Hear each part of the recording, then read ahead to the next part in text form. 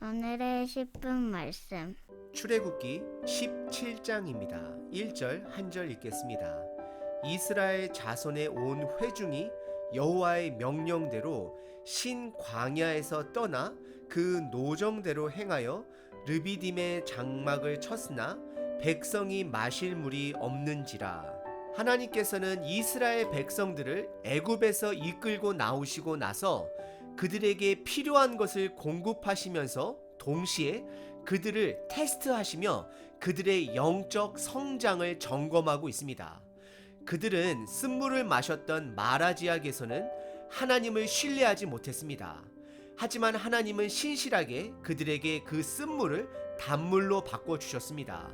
그리고 신광야에서도 하나님께서는 그들에게 일용할 양식을 공급하여 주시고 안식일의 법을 알려주시며 그들의 순종함을 시험하셨습니다. 하지만 그들 중 안식일을 지키지 않고 일곱째 되는 날에 음식을 구하러 밖에 나간 자가 있었다라고 말을 합니다. 오늘 본문은 하나님의 시험 앞에 한 번은 아직은 미성숙한 그들의 믿음의 모습을 보여주고 있고 또 다른 하나는 그들의 성장된 모습을 보여줍니다. 저와 여러분들도 개인적으로 때로는 교회적으로 하나님께서 우리들의 믿음을 테스트하실 수가 있습니다. 그럼 그 테스트를 통해 나의 현재의 위치를 알아야 합니다. 그리고 그 위치에서 성장할 수 있도록 최선을 다해야 하는 것입니다. 오늘 본문의 두 가지 이야기는 하나님을 신뢰해야 함을 가르치고 기도에 대해 가르치고 있습니다. 오늘 본문의 두 가지 이야기는 첫 번째는 반석에서 물을 공급하시는 사건의 이야기입니다. 그리고 두 번째는 아말렉과의 전투의 이야기입니다.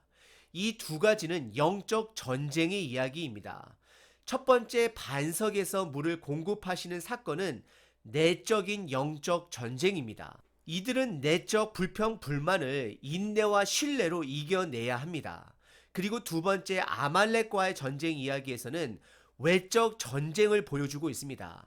오늘 본문을 통해 우리 삶 속에 있는 내적 그리고 외적 전쟁을 승리로 이끌어낼 수 있는 지혜를 배우시는 시간 되시길 바랍니다.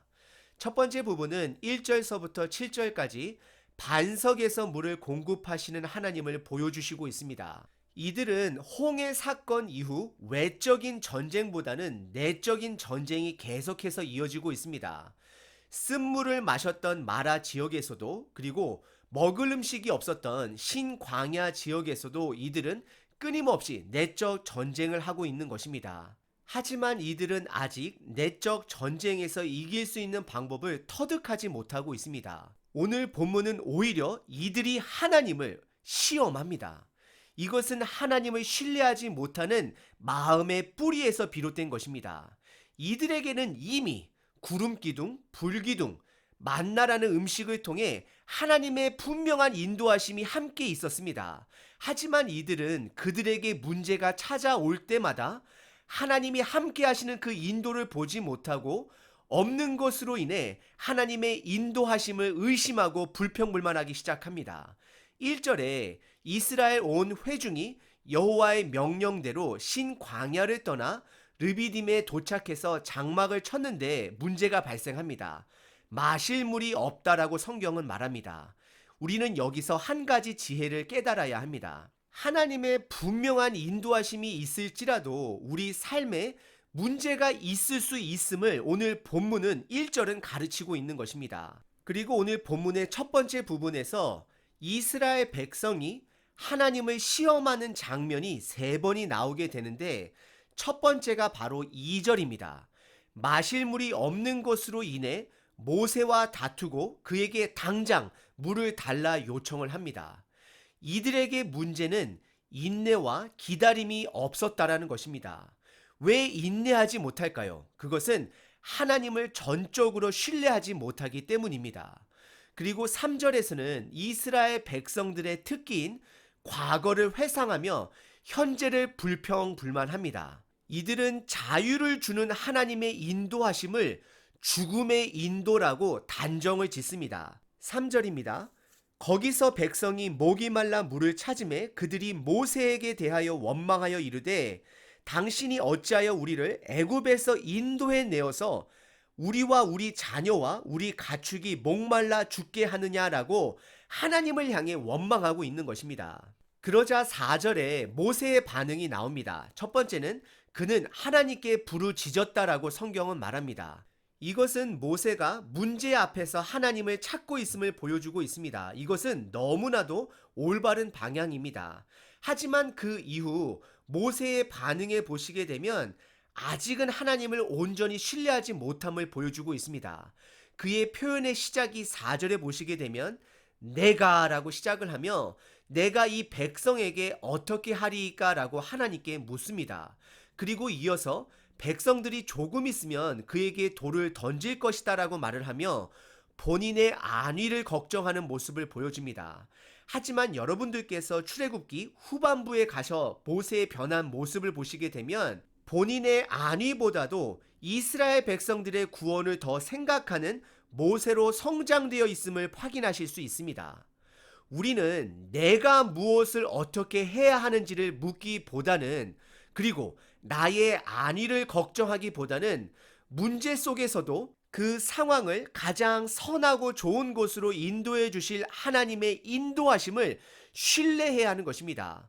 그리고 5절과 6절에서는 하나님께서 모세에게 무엇을 해야 할지를 알려주십니다. 그것은 밖으로 나가 하나님의 임재의 상징인 지팡이를 가지고 바위를 치라 명령을 받습니다. 그리고 그가 순종했을 때 바위에서 물이 나오게 됩니다. 이 장면을 신약 고린도전서에서는 예수님의 신령한 바위로 연결하며 생명을 공급하시는 예수님으로 표현하고 있습니다. 그리고 7절에서는 르비딤이라는 지역을 마사 또는 무리바라고 부르게 되는데 그 이유는 이스라엘 백성들이 하나님을 신뢰하지 못하고 하나님을 되려 시험하였다라고 말을 합니다. 그래서 마사는 하나님을 시험했다라는 것을 상징하고 무리바라는 것은 모세와 다투고 하나님을 시험했다는 뜻으로서 하나님을 어게인스트 했다라는 것을 나타내고 있습니다. 이들은 하나님을 신뢰하지 못하고 오히려 7절에 여호와께서 우리 중에 계신가 안 계신가 하나님을 시험하였다라고 말을 하고 있습니다. 오늘 본문의 첫 번째 부분은 이스라엘 백성들이 마실 물이 없어지자 하나님을 3번이나 시험했습니다. 첫 번째는 2절에 기다림 없이 마실 물을 당장 달라라고 요청을 했고, 두 번째는 3절에 최악의 상황을 가정하여 왜 우리를 애굽에서 인도하여 여기서 죽게 하느냐라고 하나님을 시험했습니다. 그리고 마지막 3번째는 7절에 여호와 하나님께서 우리 중에 계신가 안 계신가 하였다라고 말을 하며 하나님을 시험했습니다. 사실 이들에게는 다시 한번 말씀드리지만 구름 기둥, 불 기둥, 만나를 통해서 하나님의 인도하심이 24시간 동안 이들을 떠나지 않았다는 것입니다. 이들은 삶의 어려움이 닥치기만 하면 모든 것을 하나님 탓을 했습니다. 사실 이 모습이 저희들의 모습입니다. 인내하지 못하고 나의 어려움을 하나님의 탓으로 돌릴 때가 많습니다. 주변 사람들의 탓으로 돌릴 때가 많습니다. 우리는 여기서 한 가지 지혜를 배워야 합니다. 내 삶에 고난이 찾아올 때 그 환경을 바꾸려고 하기보다는 내 마음에 말씀을 먼저 두셔야 합니다. 왜냐하면 내 삶에 말씀을 둘 때 불평불만이 사라지고 목마름이 사라지는 것입니다. 내 방법대로 하나님을 컨트롤하려고 하기보다는 하나님의 방법에 기다리고 순종하는 자세가 저와 여러분들의 삶에 있어야 하는 것입니다.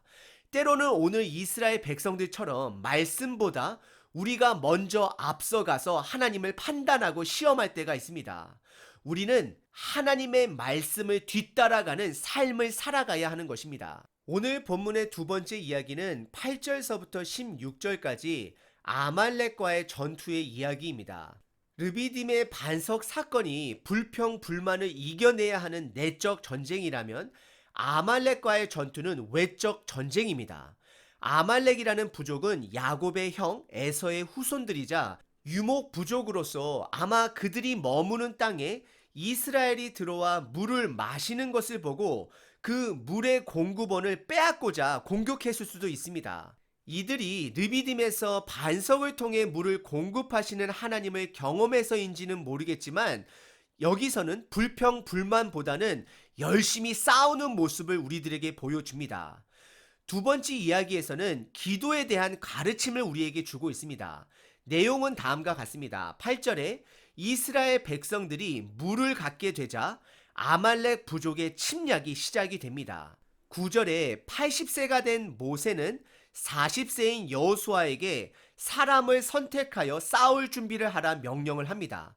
그리고 본인은 하나님의 임재의 상징인 지팡이를 가지고 산 꼭대기에 서 있을 것을 알려줍니다. 이것은 본인이 비록 육체적으로는 싸우지는 못한다 할지라도 최선을 다해 기도할 것을 말하는 것입니다.